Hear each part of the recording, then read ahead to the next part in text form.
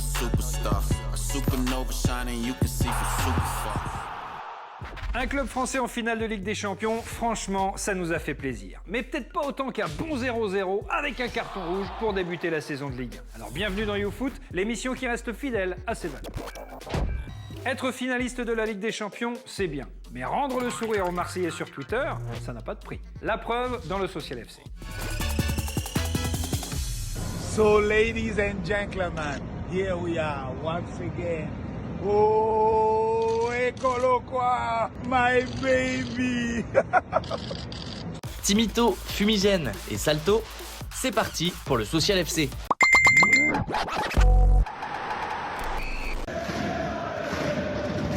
Tout le monde y croyait, mais à la fin, ce n'est plus Neymar qui met l'ambiance avec sa fameuse enceinte, ce sont les joueurs français du Bayern qui s'y collent. C'est la Champions League, Les supporters ont soutenu les joueurs jusqu'à leur hôtel. Et pendant ce temps-là, à Lisbonne, Mbappé a traîné sa valise et sa tristesse. Déçu de ne pas conclure cette année avec la plus belle des récompenses. Mais la vie est faite ainsi. À Marseille, le malheur des uns fait le bonheur des autres. Tous Robert, tous Doski, tous Robert et Lewandowski. Même le capitaine de l'OM, Dimitri Payet, y va de sa petite vidéo sur Twitter. Une histoire, un club, une ville, à jamais les premiers. Pas très fair-play, Dimitri. Surtout quand on a failli signer au PSG il y a quelques années. What? À Lorient, ce n'est pas la victoire du Bayern qu'on fête. C'est le titre de Ligue 2 remis avec 6 mois de retard. Confinement oblige. À Lens, c'est juste le retour en Ligue 1 qu'on fête. L'une des révélations du week-end, c'est le Rennais Brandon Sopi, 18 ans et impressionnant pour sa première en Ligue 1. Inconnu? Pas pour notre grésil national. Brandon Sopi. Oh là là. Il l'avait même dans son équipe virtuelle dès le mois de mars. Ça doit être une bûche. Qualité physique. Bien physique, comme André Villas-Boas. C'est évidemment comme ça qu'on l'aime, notre Ligue 1. C'était le match des prétendants au podium et Rennes n'a pas tremblé. Les Bretons, en patron, sont allés chercher le point du nul à Lille et le moins qu'on puisse dire, c'est qu'ils ne font plus marrer personne. Un peu comme Franck Dubosc. Alors question, le Stade Rennais doit-il enfin être pris au sérieux? Voici la réponse de la team. Je commence désormais dès la deuxième journée à avoir l'habitude de vos questions provocantes. Oui, je veux croire que Rennes est enfin un gros du championnat, parce qu'ils ont déjà fait des exploits par rapport à Paris, on s'en souvient. Oui, parce que ils ne font que monter. Ils sont passés très vite de l'étiquette de loser adorable du championnat de France à là ils jouent la phase de poule de la Ligue des Champions. Je dirais qu'aujourd'hui c'est pas du tout l'heure de s'enflammer. Tu peux pas considérer que t'es un gros après une année où tu finis sur le podium. Rennes, ça reste un club qui dit on a failli arriver en quart de finale d'Europa League. C'est ça leur titre, leur palmarès. On sent pas un club qui a la fin d'aller plus loin. Pour moi, Rennes est devenu un gros du championnat parce qu'ils arrivent à garder leur équipe. Kamavinga en plus, le crack qui reste au Stade Rennais, ça c'est vraiment une très bonne nouvelle. Et pour ce premier match, franchement, ils ont réagi comme une très bonne équipe aussi parce qu'ils ont réussi, après être menés, à revenir dans le match face à Lille. L'entrée de Kamavinga.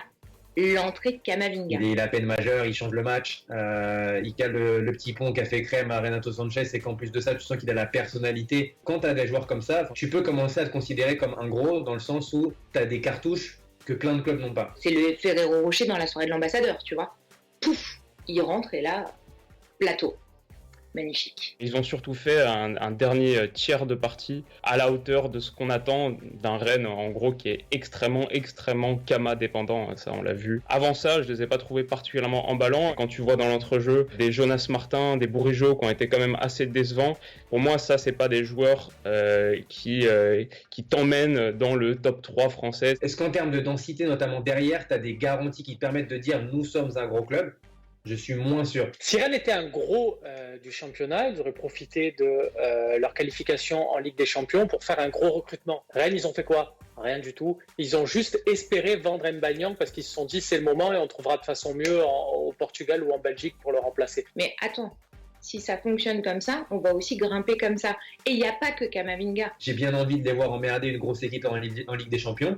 Tu te dis que c'est un club qui pourrait très bien refinir 3e du championnat, mais je pense pas encore que tu puisses dire aujourd'hui que Rennes c'est un gros club. Après 166 jours sans Ligue 1, on avait tous vraiment très faim de ballon. Alors Abdoulaye Sarr a pris son billet pour assister à Bordeaux-Nantes. Bon, il aurait peut-être dû choisir un vrai match de foot, avec des buts. Mais au moins, il a vu jouer Paul Bass. On vient d'arriver à la gare de Bordeaux-Saint-Jean. Il y a pas mal de monde derrière moi. J'espère qu'il y aura plus de monde aux alentours du stade ce soir pour le match. Let's go.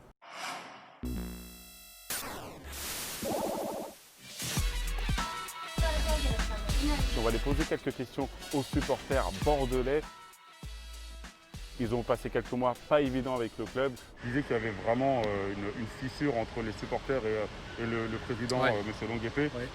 Vous êtes du même avis? Vous pensez qu'il faut qu'il s'en aille? Oui. Ok. T'es content du recrutement dans la Roche, de Gasset qui vient de Saint-Etienne? De Gasset, oui et non, parce qu'en vrai, c'est ça, il nous a beaucoup apporté quand même. Gasset, on va dire que c'est un jeu de la vieille, quoi. Il connaît bien le club, il connaît bien l'équipe, etc. Oui, il connaît bien. Je me retrouve juste derrière la cage de Benoît Costil. Costil, qui on le sait, a perdu son brassard de capitaine. Ça a été la première décision du coach Jean-Louis Gasset qui a fourni le brassard de capitana à Laurent Koscielny. Il y a le ballon qui a failli arriver sur la tête.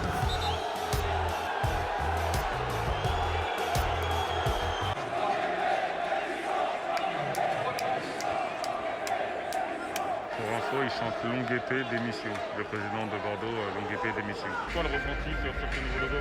Déjà, Bordeaux-Girondins, ça c'est illogique. On a toujours été les Girondins de Bordeaux et jamais les Bordeaux-Girondins. Ça va pas ensemble. C'est comme si on changeait de club. Qu'est-ce que vous avez envie de dire à la direction là? Changez-le.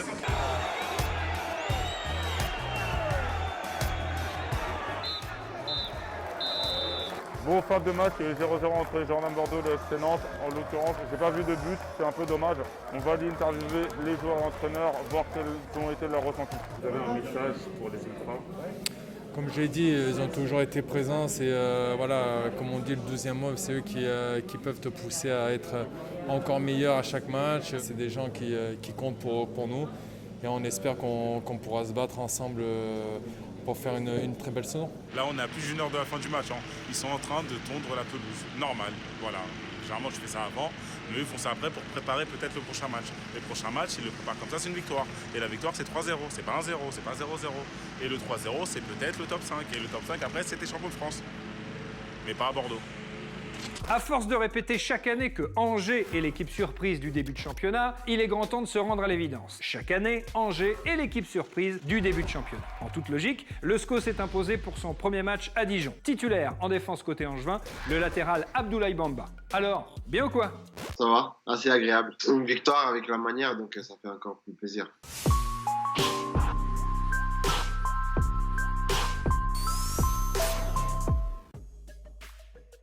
La force collective qu'on a dégagée, c'est super de reprendre cette saison de la même manière qu'on a fini la saison passée. C'est de bon augure. Je te cache pas que d'habitude, on a un petit QG sympa où on fête nos victoires, mais là, à cause du Covid, on est resté un peu tranquille. Je me mets la moyenne. Je pense qu'hier, je pouvais faire encore plus. Donc, quand même, c'est une bonne moyenne. L'après-match, ça va, j'ai été assez calme. 1-7. Non, je pense que la VAR, elle a vu un peu tout. Il y a eu 2 buts de Dijon qui ont été annulés. Donc, heureusement qu'il y a eu la VAR. En général, après les matchs, je dors tard, mais j'ai bien dormi. Ouais. C'est une journée où on se repose pas mal, on est beaucoup fatigué par rapport aux efforts du match. On essaie de les savourer s'il y a une victoire. Ma famille, elle n'est pas avec moi parce qu'ils sont en vacances. J'ai pu me connecter devant la télé pour regarder la Ligue 1. C'est déjà mieux que rien. Mais c'est vrai que voilà, par rapport aux émotions, tout ça, c'est pas évident. Bordeaux à domicile, dimanche. J'espère. De la tête, ça serait du jamais vu. Ouais. La Ligue des Champions avec Paris et Lyon, c'était cool. Mais en vrai, ça fait du bien aussi de retrouver la Ligue 1 et de voir 4 buts de Nîmes au Costières, une première depuis 41 ans. Ça fait du bien de voir le doublé d'Amine Gouiri. À seulement 20 ans, c'est le plus jeune joueur de Nice à planter 2 fois lors de son premier match en Ligue 1. Ça fait du bien de voir un seul tir dans la surface lors de Bordeaux-Nantes, de voir 3 Jonathan titulaires au LOSC et de parler enfin d'autre chose que de Koh-Lanta le lundi matin. Tout ça, ça fait du bien. Alors le foot continue sur l'appli Free Ligue 1 Uber Eats et YouFoot revient vendredi.